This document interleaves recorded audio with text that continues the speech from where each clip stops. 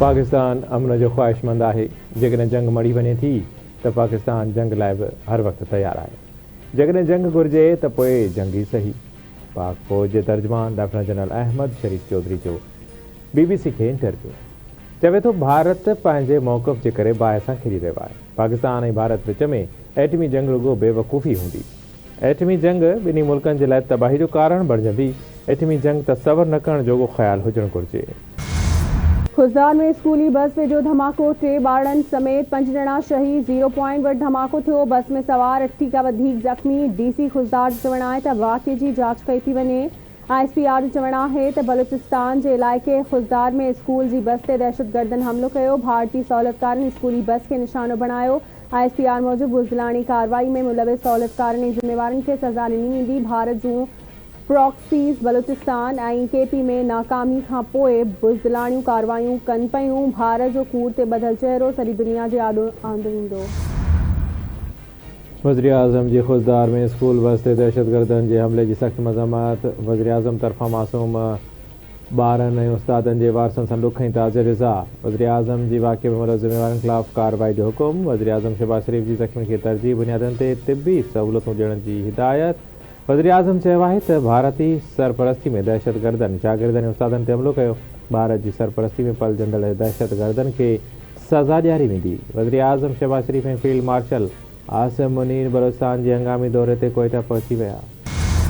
मासूम ॿारनि खे निशानो बणाइण भारत जी बुज़दिली आहे। पाकिस्तान खां शिकस्त खां पोइ भारत अहिड़ियूं बुज़दिलाणियूं कार्रवाइयूं करे रहियो आहे।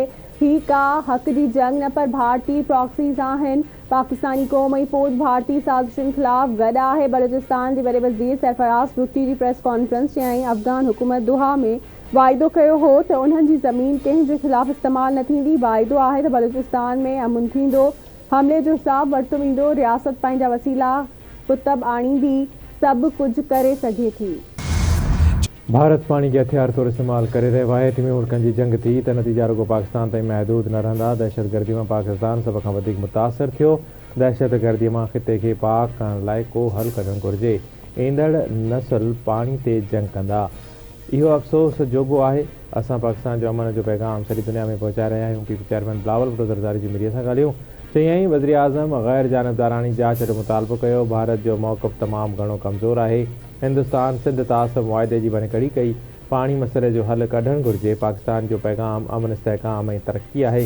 ज़िम्मेवार रियासत तौरु पंहिंजी ज़िम्मेवारियुनि खां आगाह आहियूं। पहलगाम वाक़िए खां पोइ भारत सबूत ॾियण बदिरां इल्ज़ाम लॻाया। फील्ड मार्शल आसिम मुनीर जे एज़ाज़ में ख़ुसूसी गार्ड ऑफ ऑनर जी तक़रीब मुनक़िद। ISPR मूजिबि फील्ड मार्शल आसिम मुनीर जो चवणु आहे त हीउ एज़ाज़ सॼी क़ौम ऐं पाकिस्तान जी बहादुर फ़ौजी जवाननि जे नाम आहे। Field marshal Asim Munir GHQ में शहीदनि जी यादगार ते हाज़िरी भरी। ISPR मूजिबि फील्ड मार्शल आसिम मुनीर शहीदनि जी यादगार ते गुलनि जी चादर चाढ़ी दुआ घुरी। फील्ड मार्शल आसिम मुनीर शहीदनि खे ख़िराज तहसीन पेश कयो।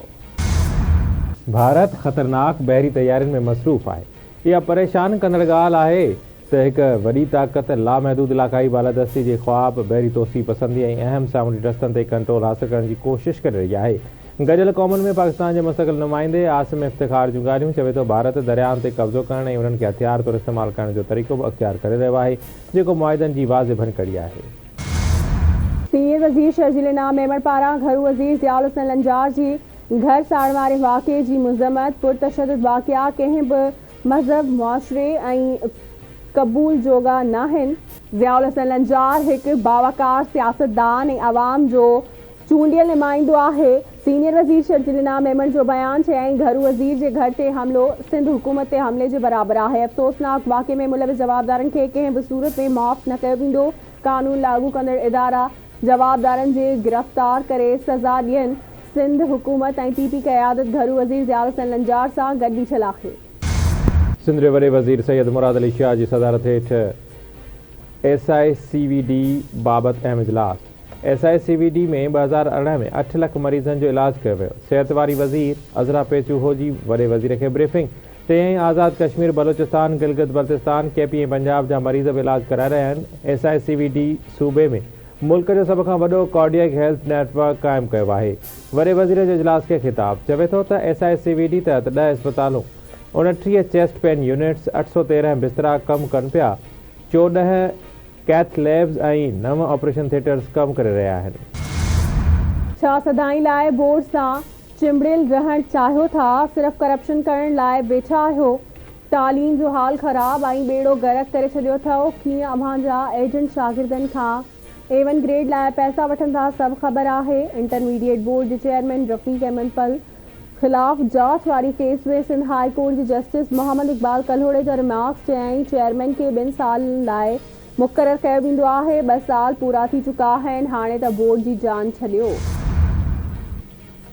सिंध सरकार तरफ़ां पोलियो ख़िलाफ़ ज़ीरो टॉलरेंस जो ऐलान। सिंध जे वॾे वज़ीर सैयद मुराद अली शाह जी सदारत हेठि सूबाई टास्क फोर्स जो अहम इजलास में सिहत वारी सूबाई वज़ीर डॉक्टर अज़रा पेचुओ सईद गनी समेत ॿियनि अमलदारनि जी शिरकत। हलंदड़ साल सिंध में 4 ऐं सॼे मुल्क में 10 पोलियो जा केस ज़ाहिर थिया। वॾे वज़ीर खे ब्रीफिंग। वालिदैन उस्तादनि ऐं वर्कर्स खे गॾिजी हर ॿार खे वैक्सीन ॾियणी पवंदी। वॾो वज़ीर सैयद मुराद अली शाह जो इजलास खे ख़िताब। ऐं डनी मोहम्मद ख़ान में joint action committee civil society तरफ़ां पीअण जे पाणी जे बहिरान ख़िलाफ़ म्यूनिसिपल ऑफिस वारो शहरनि जो धरणो। शहरनि चितारनो त मसइलो हल थियण ताईं धरणो जारी रहंदो।